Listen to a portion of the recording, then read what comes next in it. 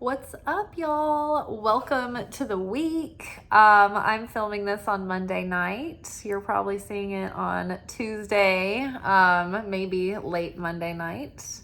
I hope that you guys are doing well. I am really tired. I had a busy night at work, and then we had to move all the dishes out of the kitchen and the dish room and all the pans and pots and everything in the server pass that we use so that we could deep clean and have a crew come in. So that was like moving a house, except it was moving a restaurant, and we all did it in like an hour, 2 hours. So tired, emotionally taxed from my moment last night when I talked about in our oracle forecast for the week. So in the energy forecast, we were given a heads up that things from our subconscious were going to be revealed to us this week. Things that were lingering that were ready to come up so that we can be done with it and expand. And so I couldn't believe, or else like I could, that today for our archetype message, everything just fell out right in accordance with that story that we'd started. And then all of the tarot cards that clarified the archetype cards were major arcana. So it was like archetypes on archetypes. So very straightforward message for our anchor message this week. So like I was saying, on Sunday, we look at our the weather of the energy and the spiritual weather for the week to give us the conditions that we'll be in and some of the influences. But on Mondays, we go deeper into what our actual spiritual assignments are going to be dealing with during the week. So from the wild unknown archetypes, we've got Eros, followed by the Vision, followed by the Heart, and finished with the Father. Ooh, do you guys see where this is going? Under Eros, we've got the Hanged Man.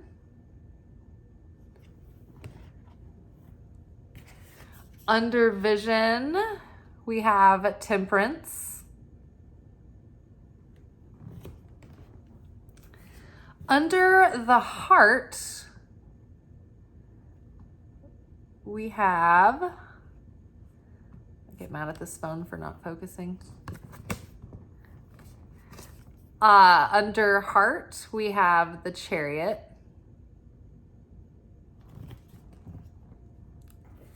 And under the Father, we have the Knight of Wands. Okay, so let's unpack. I feel like here with Eros, we have the idea of romantic, passionate love coming into being. This can also be platonic, but Eros is sensual in nature, in that it's the kind of love that makes us want to connect with other.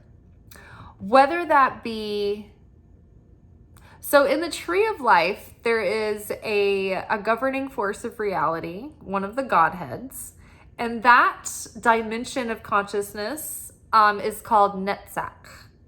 And that particular spirit has to do with inspiration, muses, symphony, art. It's like the Venus themes. It's Dionysic inebriation, as well as Pentecostal inebriation, when the spirit moves you and you're just moved and inspired, and it's the muses and like sensuousness and passion and the preoccupation between pleasure and pain. So Eros is like in that realm. It's not agape love. It's not like unconditional love. This is the love that comes from being in the material, manifestation. So this may be a love that you share with a beloved friend. This could be a love that you share with like a lover, a companion, a soulmate. It can be the love that you share when you want to connect with delicious food and you're craving it and you want to eat that. When you want to go look at art, when you want to take in music, when you want to take a bath, when you want to smell a flower. This is connecting with the sensual physicality of being a material human being. So, love, passion, birth of like a rebirth, a renewal. The energy forecast was talking about expanding the heart, right? By finding a lot of this density that has been in our subconscious, it's been crowding our heart, with clutter. And so as we get these things out, as we get rid of these limiting beliefs and these patterns, then we get to expand the heart open to receive and to give and to allow that love to flow. So the vision coming up next to Eros, this is like the vision of the life that you see for yourself. I'm calling this the vision of love. We're connecting with our vision of love. And that's not just the kind of partnership, we want to have with another person, but this is the vision of our ideal life where we're in alignment with our purpose, where we are living authentically and we are bringing our purpose into what we are doing. We're fulfilled. Our relationships are good. We're abundant. We are satisfied. We're feeling successful. So this vision of love is really coming to the forefront for us. We are in a Venus retrograde right now. And I mean, we're into it. I don't know how many weeks we have left, but it was 40 days altogether. I feel like it's going on until maybe the beginning of September or sometime in September. And so Venus retrograde is actually asking us to take a look at our vision of love. What is it that we really value? What do we love and why? How do we love creating security and beauty for our life? Beauty was a theme for the week. Being able to see, and which is a theme of Netzach, beauty. It is being able to take that in, that awe, and seeing the poetic poignance of truth and harmony and correctness. Like for instance, math. Math it's beauty. It always is right. I mean, it's not always right if you're bad at math, but mathematically speaking, math tells the truth, and it's the same in every language, and it is balanced, and it adds up. I can't think of the term that I would like, but it's a representation of cosmic unity, harmony, and rightness, right? So we're being open to our vision of love and what that means for us. This is awakening in our hearts. There's a lot of healing going on in our hearts right now, and we're connecting with things that are awakening that space within our heart. As we make space by getting rid of those limiting beliefs, of those self-sabotaging tendencies, those subconscious, programming, like we open the heart to really connect with our true purpose, with our true guidance, with our true authenticity. And so we open the heart to allow for another to come in as well. But I think that, we are opening ourselves up, especially with this new moon in Leo coming up this week.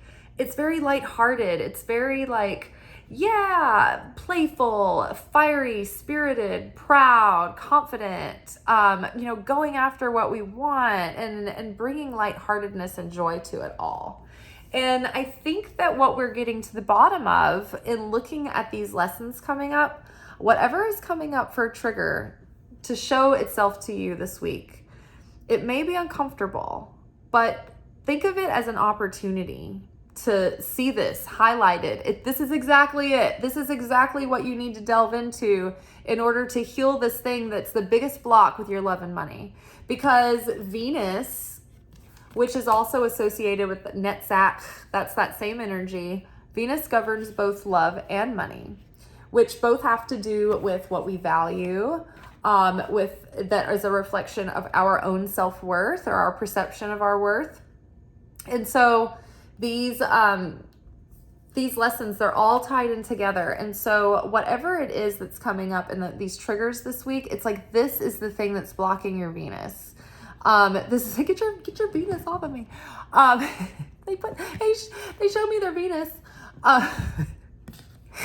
So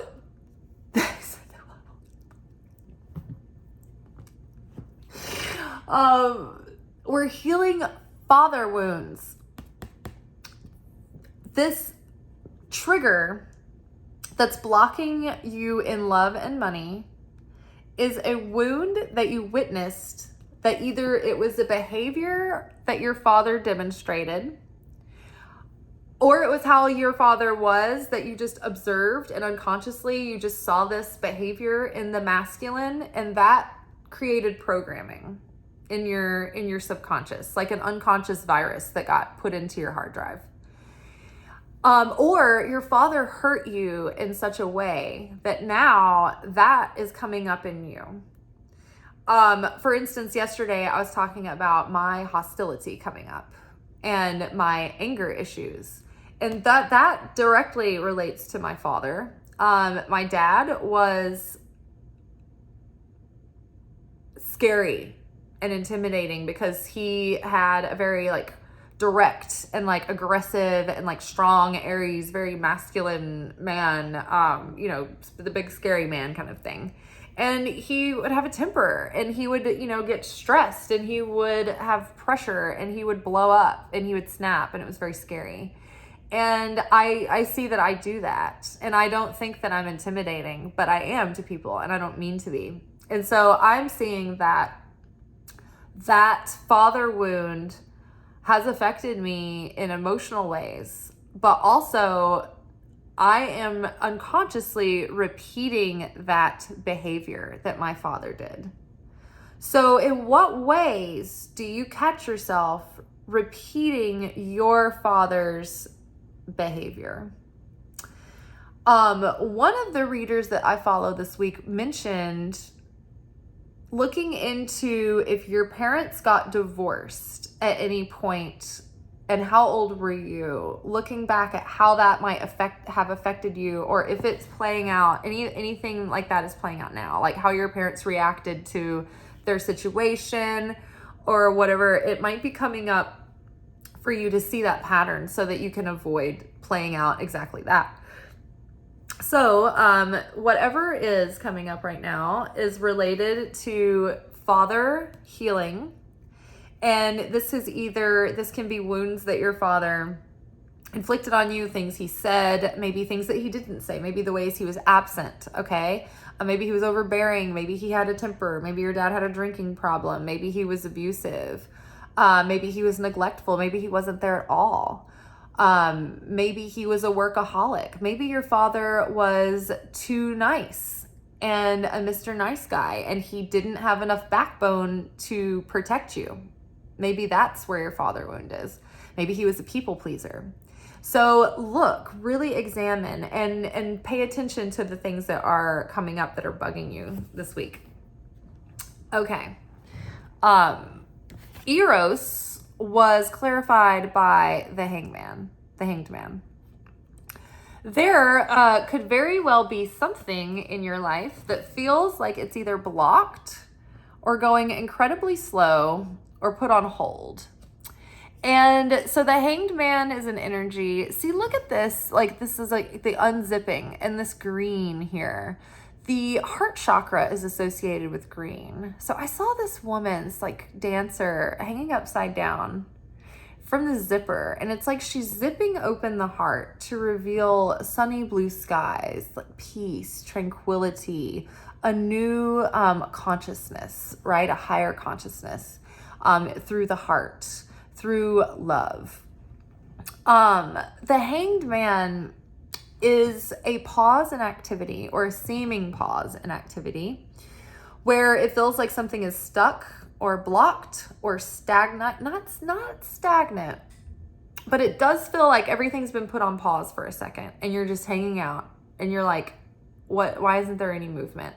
It's because there's more going on beneath the scenes and behind the scenes than you think. There's more going on beneath the surface than meets the eye. This is a moment where the universe is giving you a buffer zone. It's giving you a pause so that you can get your perspective clear. This is a moment for healing and shifting your outlook, your consciousness, so that things can move forward from a positive place. Because the Hanged Man, okay, so anything that we create from, the seed level is the consciousness. And so whatever we start, whatever we create, whatever action we take, that seed level of consciousness is going to flavor what we do next.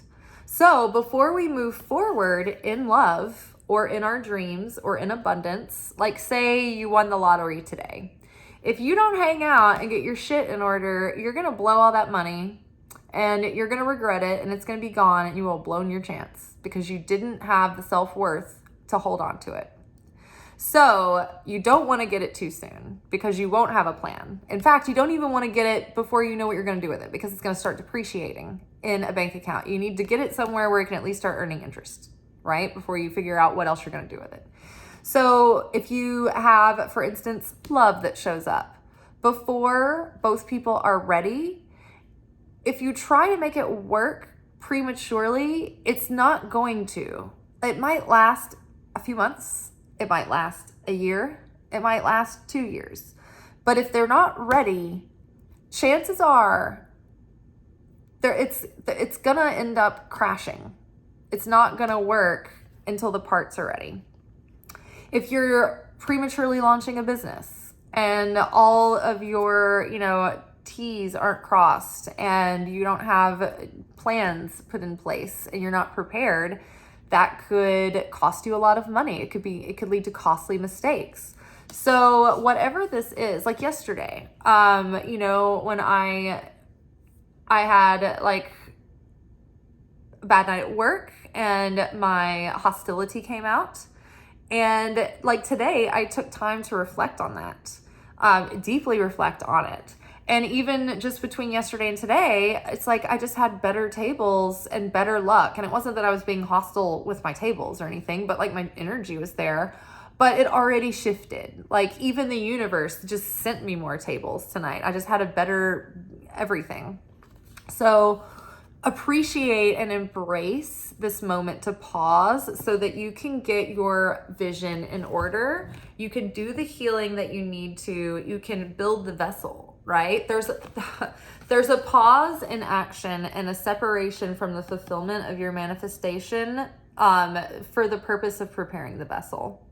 We are only ever preparing the vessel in order to receive our manifestation, to receive the fulfillment of our dream, the fulfillment of our vision of love. So the vessel is the career, the job, our body, our personality. Our vessel is our soul. Our vessel is, the thing that we're building or working on. It's the dream, it's the project, it might be the relationship. So when we prepare the vessel, we are doing that inner healing. We're learning how to love ourselves. We're learning to build affinity with the light of the Creator and become more like the Creator.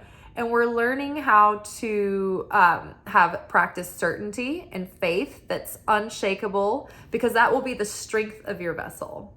The size of your vessel will be determined by your self-worth, right? How much can you receive? How much do you have the capacity to be able to receive?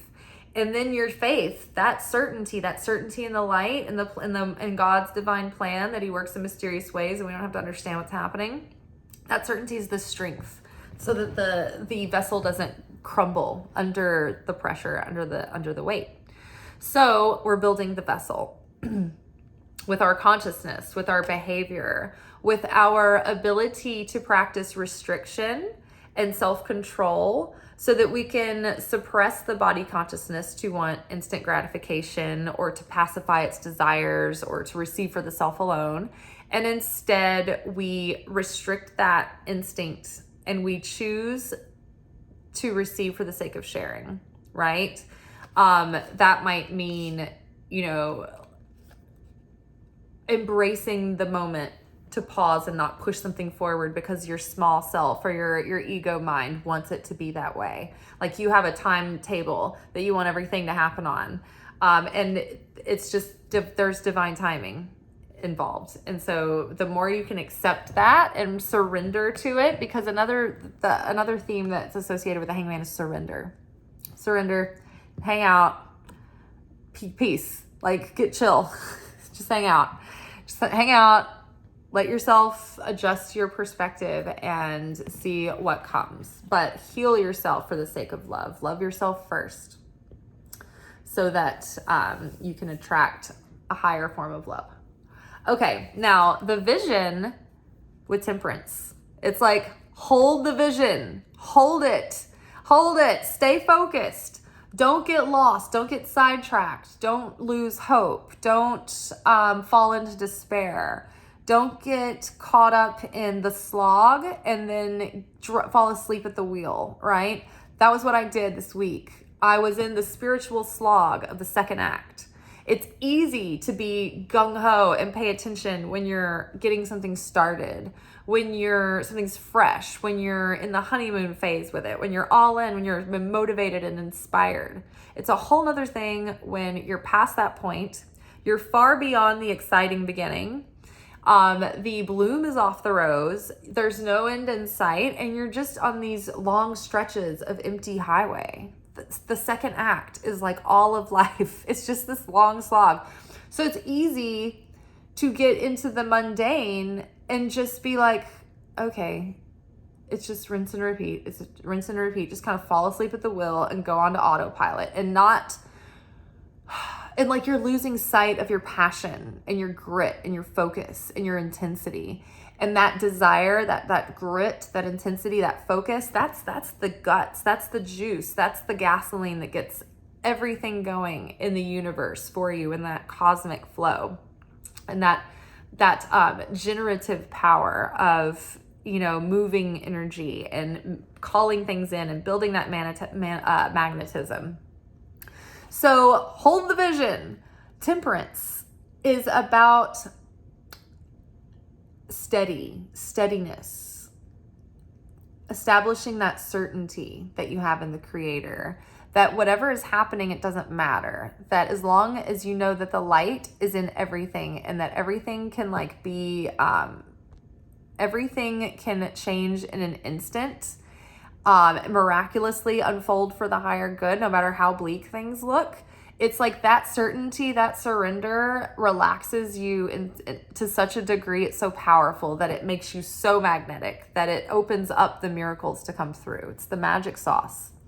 So Temperance is also about, so there's been a theme for the last few months with the Temperance card coming out. And I feel like the fact that she just has her hands open and that she's sitting there relaxed and stoic, and she's underneath this umbrella, this red plush, velvety, drapey, like this beautiful plush umbrella. Reminds me of like under the power or under this like shelter of love, under the shelter of passion. She's held away from rain, away from harsh, direct light, right? That's gonna burn too much, right? So she's shaded, she's sheltered a little bit, she's protected. The sukkot, right, is like it's like a covering, but it's a thin covering. It allows some of the light in, right? So the light is coming in. So this woman here, she's like sitting here with her hands open. Her right hand is open with the dove flying off, and her left hand is open with the dove sitting on it. And she's just being still and serene. And so the gift, you're giving that dove freedom to lift off, to go fly. But you're receiving the trust from that dove, the other dove that's landing on the hands.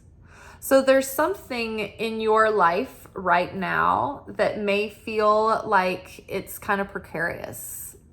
Maybe there's an influence that's sort of on and off, or something is like kind of starting and then stopping and then starting and stopping, or you think you're about to get a job and you're waiting to hear back, and it's like you're just like on the fence, and you're like, oh my God, like I thought I would hear back.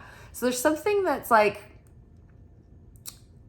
you're waiting to see if the vision is coming, right? If it's going to happen. So just like hold the vision and be like open to what the pace is of the in and out, because I feel like eventually it's all going to settle in or become more clear, but you need to relax.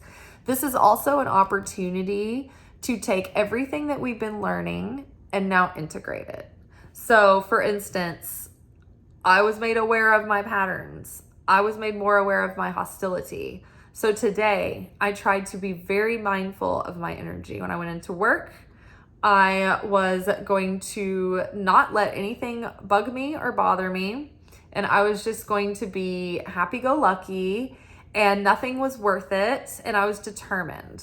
I was disciplined, and I watched myself. But I integrated that at a consciousness level. It wasn't just that I stopped the behavior and was still seething inside.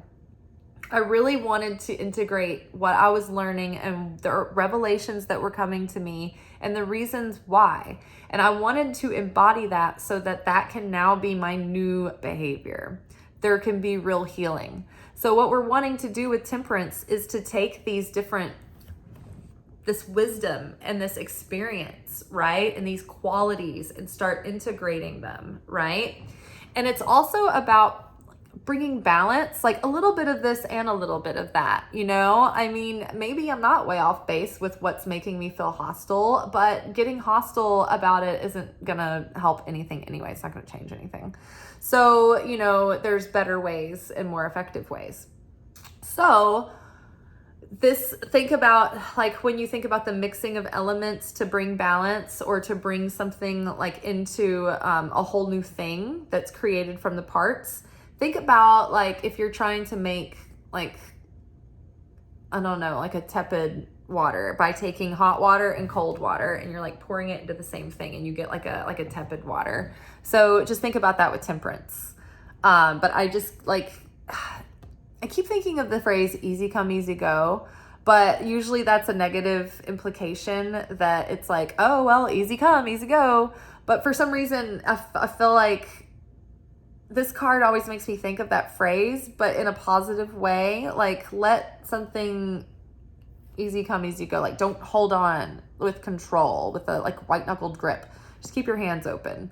Now, I'm not saying that to adopt the mindset of just like easy in, easy out, like you know, have strong boundaries. But there's something about a process playing out right now that is not going to be a clean, straightforward, according to your timeline, kind of like really obvious, easily digestible thing. Okay, it may require a bit of discipline to maintain your cool. So chill. Chill out. Hold the vision. Chill. Okay, because your heart is going on. So we have the Chariot with the heart. And so all of this healing, you know, and integrating this wisdom is going to allow for a lot of forward progress. And it could be very quickly. Things could move forward really fast in your life, or an opportunity could come in, or something that you've had your heart set on is you know the way now forward. But there's something about this that's unblocking our heart and opening up a world of expansion, and perhaps a windfall, perhaps an opportunity, or perhaps just finally that you have been trying to make progress and now you're finally making progress, and it can be fast progress that's recognizable. And this is big things happening, you guys, because this is archetypal, like major arcana cards. This is not just like the day-to-day like minor arcana cards. So major heart healing and balancing of like energies. Again, this theme in the Chariot, it's usually depicted with the charioteer or chariot rider or whatever, low rider, we like, he has the reins on two horses, a white horse and a black horse. And so that's like the positive and the negative, the masculine and the feminine. So we're balancing the masculine and the feminine energies within us to come into union so that those energies on the outside can come into union. So the masculine, or let's just say the feminine, is our inner world. It's that inner journey of healing, of soul self-discovery, of spiritual connection and guidance, of tuning in and feeling impulses and prompts from the Holy Spirit. And, you know, the feminine has that guidance coming in from spirit. So the feminine doesn't need to be super logical. They can have that certainty, you know, beyond reason, that they're willing to, you know, play with the absurd a bit. And that does create more magic. Whereas the masculine energy takes that inner development, that healing, and integrates that into the outer expression in the world, the expression of who the personality is, the way that you take action, the way that you go after things, the way that you participate in life. Like that's your masculine energy, expressing your feminine energy inside.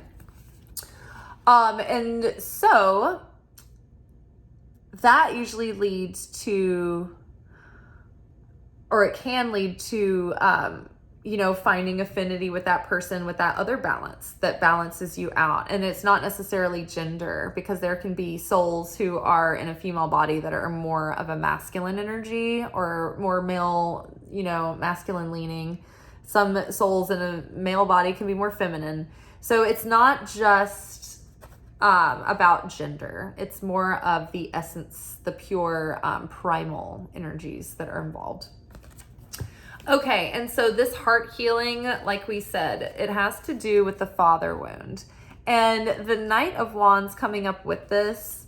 So I think that as we heal this father wound, the tendency to let our energies and our focus and our efforts become dissipated will be healed, right? Maybe, like for instance,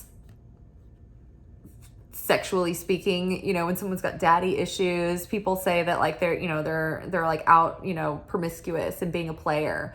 That can be some of the energy of the Knight of Wands. So sometimes people's parents and like those wounds cause them to seek out validation from sexual partners, right? And it's just sort of this endless, like unquenchable like thing, because you're not really getting anything real from it, because nothing outside of you is ever going to validate that.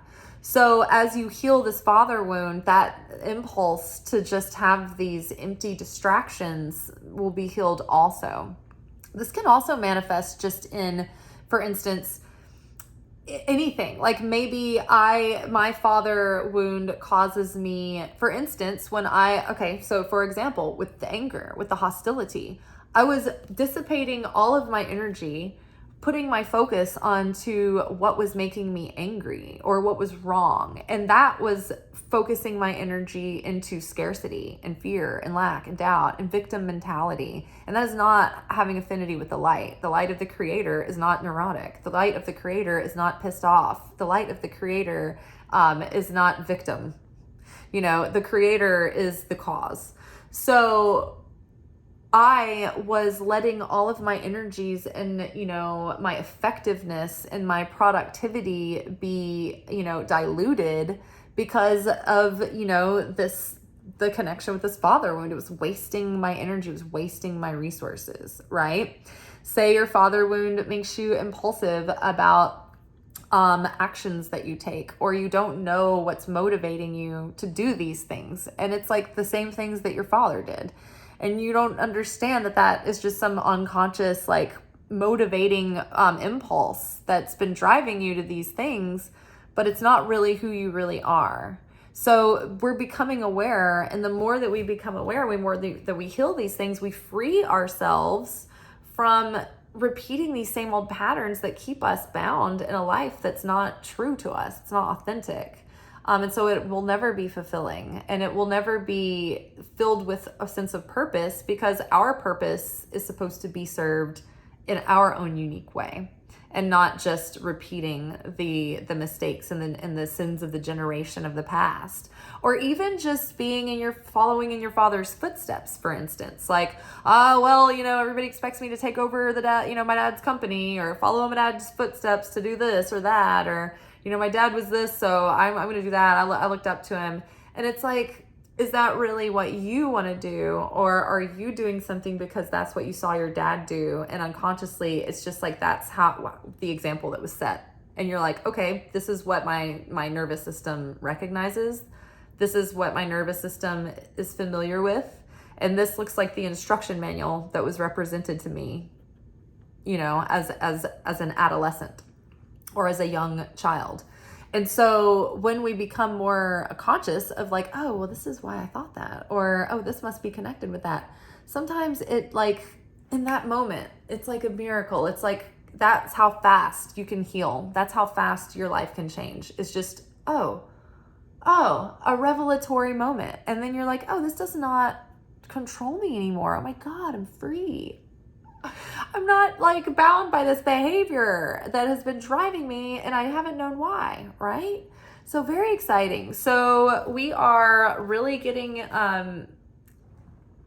excited about uncomfortable moments, because those uncomfortable moments are like highlighters in the workbook. It's like, okay, focus on this section and then you can accelerate. This is like bonus points. This is like, what was it called when you had like an extra assignment that would give you like, you could do a couple of extra assignments to try to bring up your grade, like in school.